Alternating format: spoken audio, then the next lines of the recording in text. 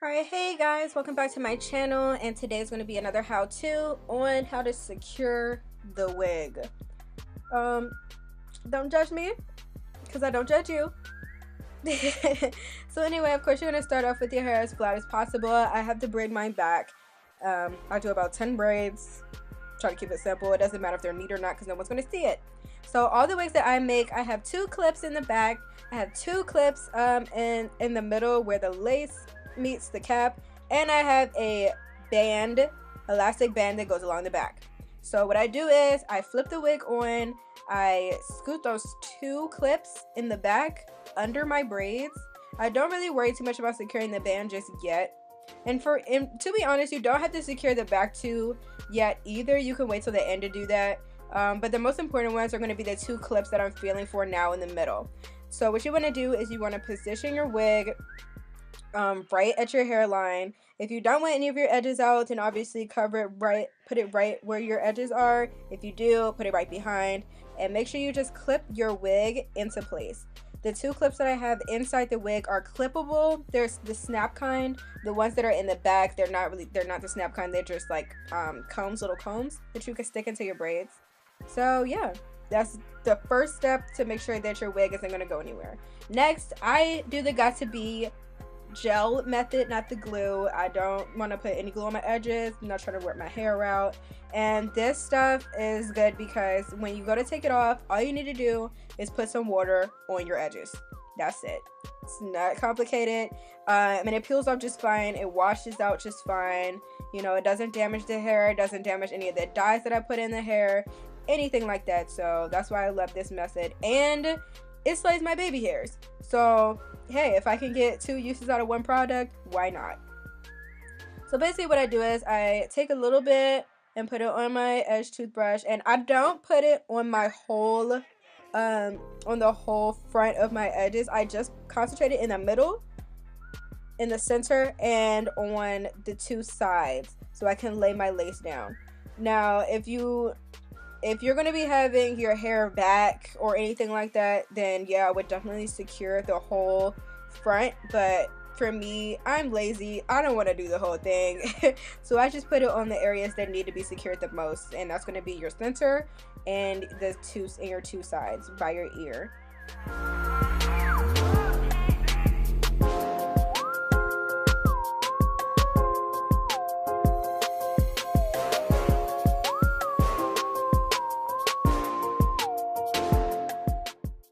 As usual, I will have all my hair information listed below. This is my hair company, Echelon hair. I did make this wig. I did color the wig.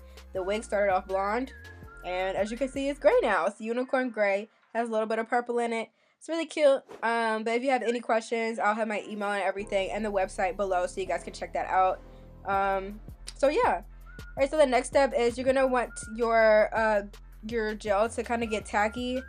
I'm not patient. I don't really let it dry that far, but for the best results, I would let it get tacky.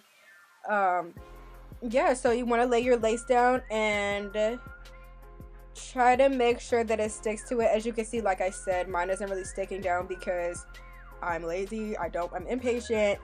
And yeah, but you can use it to comb like the back of a brush or anything hard to kind of like mush it down. And this is the point where you want to do your baby hairs or lay your edges of your wig, because right after this you're going to take a scarf of some kind and wrap it so that not only is it pressing your lace down onto the gel that you just put on your natural hair, but it's also going to make sure that your edges or your baby hairs that you're laying down are going to stay in the same position that you want it to. So it's going to dry the way that you have there.